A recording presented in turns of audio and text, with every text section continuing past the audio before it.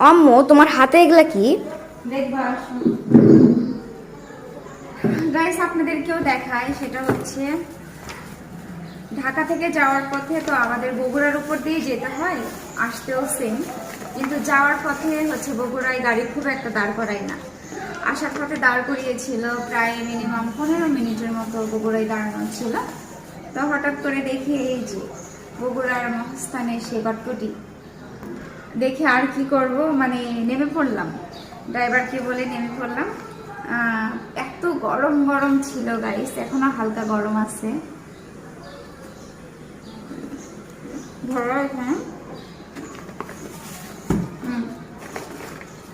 এখানে ধরো। এত ভালো খেতে গাইস, এত ভালো খেতে, আমার অনেক পছন্দ। আমার এত পছন্দের খাবার এটা।